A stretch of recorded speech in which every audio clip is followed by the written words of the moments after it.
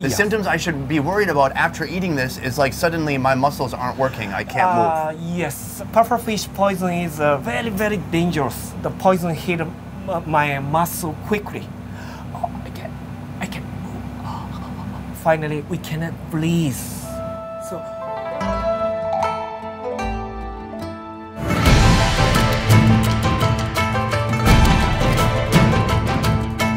I've tried a lot of food some might call unusual. Bugs, crocodile, one time I even ate fruit. Tastes like heaven.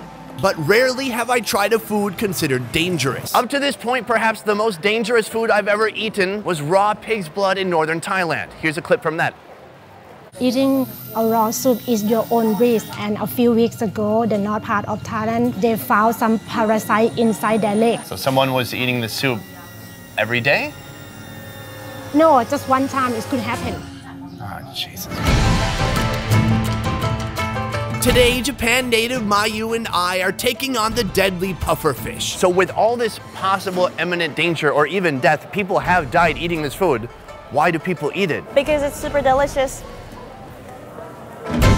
Known locally as fugu, this fish is so dangerous, chefs must become certified before serving it. Do you have like a little pufferfish diploma on your wall? So will I put on a fugu yummy face? Look at this super thin layer. Or will this happen? I can't move. Along the way, we'll sample some of Tokyo's daunting Izakaya bar snacks. This insane looking creature. I'm talking Japanese bar food some locals can't even keep down. Good? Oh no! Go. Sorry.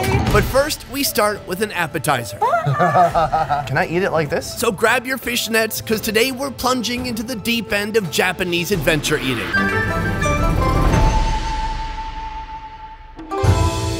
We're about to go to our first location. It's the place they serve traditional food, which is fish, called dojo. Let's go.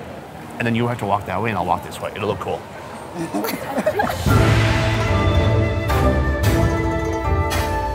Right now we are at the restaurant called Tatsumiya, and he's a chef. Nice to meet you. Konnichiwa. The meal we're eating today, is this your recipe? そうです。東京には土壌の料理が There are a lot of like a different kind of meal using the dojo fish in Tokyo. We eat the dojo fish in nabe, which is like a big pot, and he created the original recipe for that. So have other restaurants tried to copy your recipe? なんか他のレストランとかがこの何種類に住んでる人もいるかもしれない。maybe just I don't realize, but maybe some people are trying to do that. Before jumping in, the owner introduces us to our meal. Can I eat it like this? このまま食べて大丈夫なんですか What do you say? He says it's gonna come out from your nose. Our actual meal starts with a bed of Japanese radish topped with pressure-cooked dojo, bones and all, soaking in soy sauce. On the side, finely shredded green onion that gets piled high atop our mini bubbling cauldron. Chopsticks. We've got the fish, the onion, the radish underneath. It may not be obvious to you guys that the guy who helped create this dish is sitting right there. That's a lot of pressure. Can you ask him, does he watch everyone closely as they eat? Maybe that's how he refined the recipe so well. Maybe. Not really. No, okay. Ready? Yeah.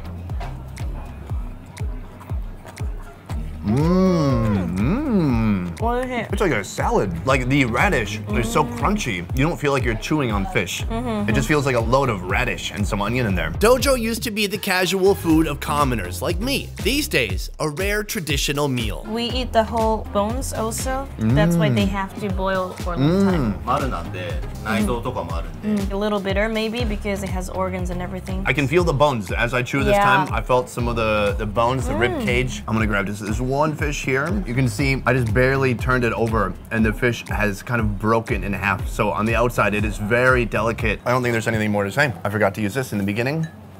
That is not how you do that. This is a great start for today, but again, this is just kind of an appetizer because we have so much more coming up, including a very dangerous fish.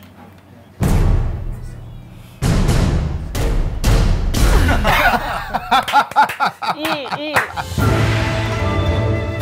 Before I end my life slowly suffocating from a self-induced paralysis for the sake of YouTube views, let's make one more stop. Sir, konnichiwa. Konnichiwa. Thank you so much for having us today. Some of Japan's best and most interesting food is paired with the national drink, sake. We've entered a family-run izakaya, a kind of Japanese pub where the owner's son will walk me through some of their specialties. They have a huge container of, I've heard it called sea squirts, I've heard it called sea pineapple, but here they call it hoya, and it is like this insane looking creature.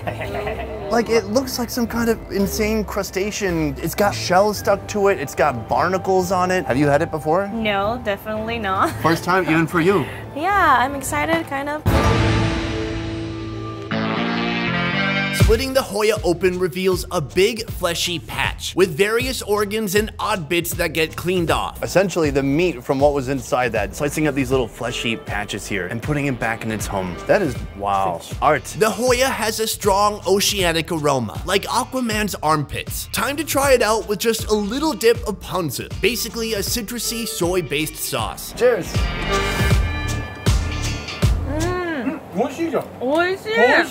That's really good. Like this soft, spongy texture. It is like eating like a lung or something. Full of just kind of briny seafoodiness. You love it? My sister, no. Oh, your sister hates it? Lisa-chan, 食べてみてだって. You trying to make your sister try it? Oh, so he just said his sister hates this. And then so he's like, get over here and try it. Me and you will do it together. We're gonna change your mind. You're gonna go from hating it to loving it. Ready? OISHII. You see? You see the pleasure? That means good? Oh no! Go. Sorry. What happened? Well, this may not be for everyone. Time to see if the next dish elicits the same reaction. This is a squid, and this thing inside is basically its stomach. And whatever it was gnawing on when it died is going to marinate strips of its body. There, mix them, squishing. So all the internal organs, everything this squid ate the last day of its life is in there. I hope this squid was a clean eater. And if you're a real pro, you'll let this stuff age for a few days before you eat it. Food, it's here, it's on a plate, we're about to eat it. But first, alcohol. Here we have a cold sake in a bottle that's almost as tall as you. You're like 3 bottles tall. Let me count. Maybe 4. Did I mention it's a good idea to drink while eating this? Kanpai? Kanpai. Hey. Wow. Uh-oh. Oh, I'm the only one that did that. Oh, that looks good. Try it out, bottoms up. Cheers. I like it. Salty and sweet and just super nice, firm squid body. This next one is what they usually serve. This one has been just hanging out for 5 days, kind of fermenting. You can see the texture has even changed. They look even maybe softer. Cheers. Huge difference. Whoa, very thick, very pungent and fishy. Kind of like coats the whole inside of your mouth. Milky, creamy texture. It's very rich. Milky, creamy. Ah. Arigatou gozaimasu.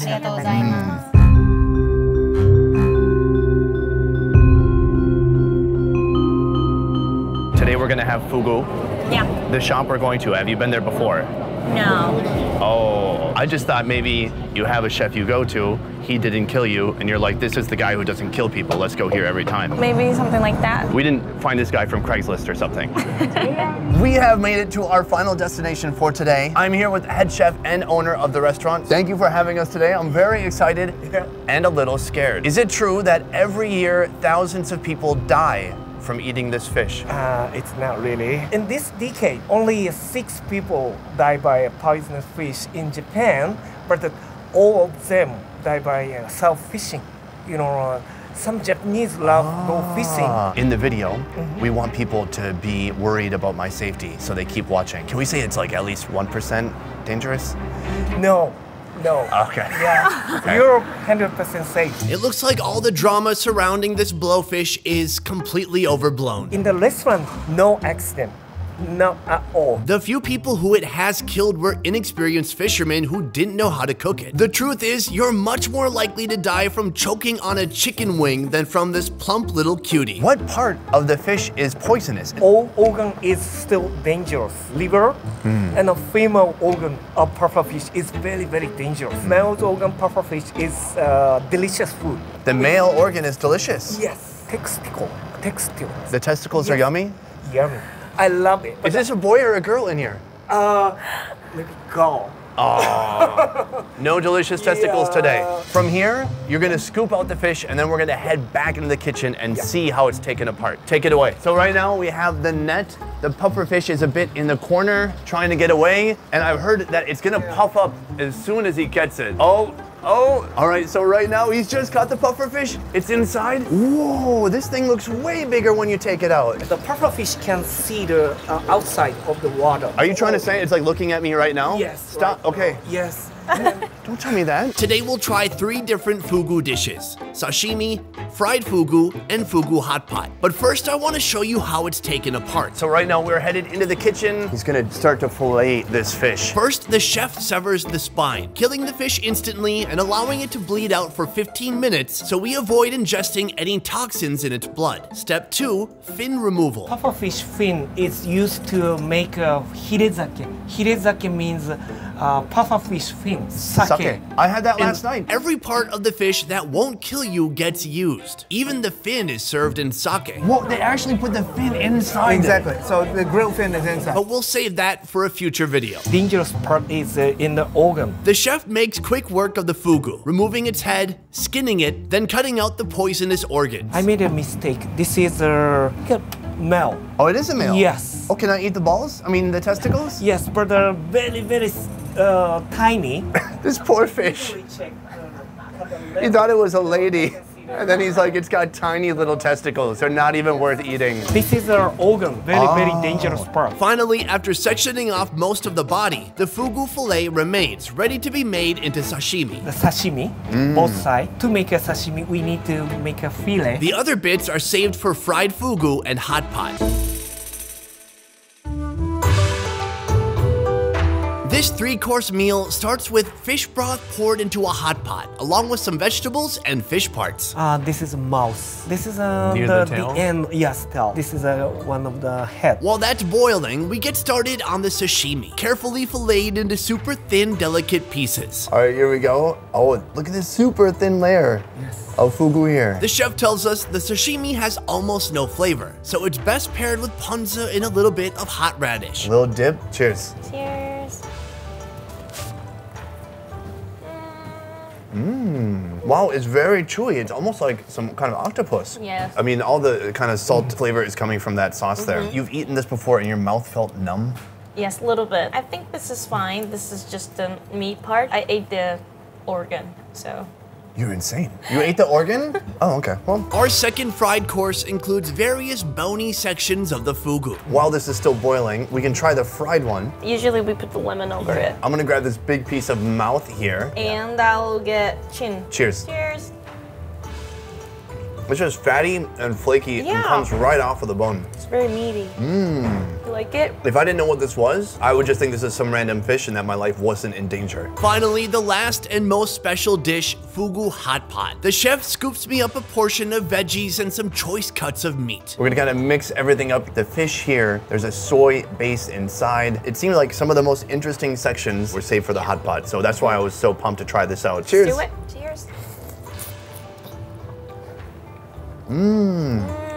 That is really yummy.